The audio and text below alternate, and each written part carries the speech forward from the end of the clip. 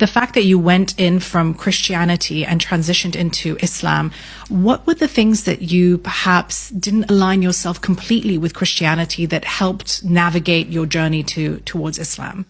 Actually, as a Christian, the deeper I got into my faith, the more questions I had, and I started to be a bit more confused as I was going along. I was going to Bible studies and going to church every Sunday, and I'm not saying that's what makes you religious, but as I went along, I started to have a lot of questions that were unanswered. Actually, the Quran started answering those questions for me, like questions about who is Jesus and is Jesus really God? And these kind of questions, I always had them on my mind. And also another question I had was, are Christians the only people that will get into heaven? And the Quran started answering those questions for me. And one thing that always confused me as a Christian was, like, how can Jesus, peace be upon him, be God if he doesn't know what's going to happen to him on the crucifixion day? I was reading the Bible and it said that he was sweating blood because he was so nervous about what's going to happen. So I'm thinking to myself, if Jesus was God, then how is he nervous about what's going to happen? And from the other side, how can God die?